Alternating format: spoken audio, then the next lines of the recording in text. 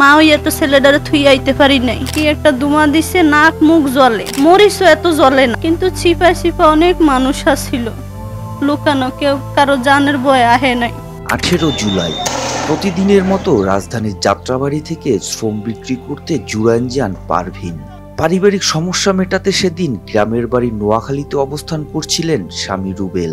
বিকেলে কাজ শেষে অন্য সবার মতো ভয়ে ভয়ে গলির ভিতর দিয়ে বাসায় ফিরছিলেন দুই সন্তানের এই জননী।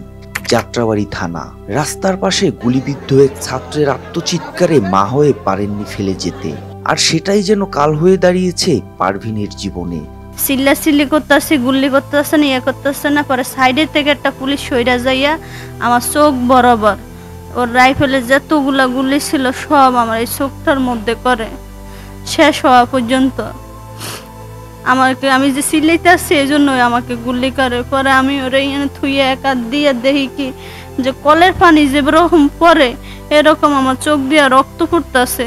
অসুস্থ স্ত্রীর চিকিৎসায় 18 জুলাই গুলিবিদ্ধ হওয়ার পর থেকে আগস্টের মাঝামাঝি পর্যন্ত ঘরের আসবাবপত্র বিক্রি করে চিকিৎসা চালিয়েছেন স্বামী রুবেল।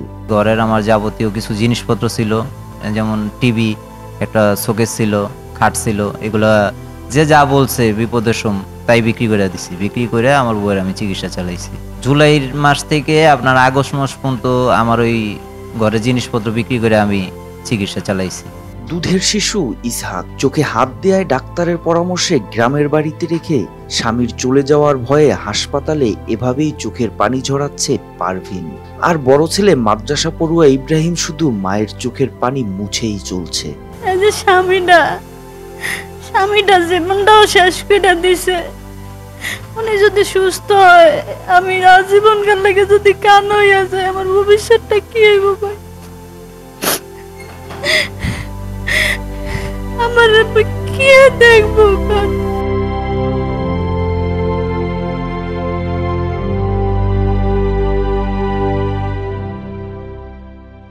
পরিচিত কিছু ব্যবসায়ী আর সাংবাদিক ছাড়া সরকার কিংবা ছাত্র সমন্বয়কদের কারো দেখা না পাওয়ার আক্ষেপেই নারীর।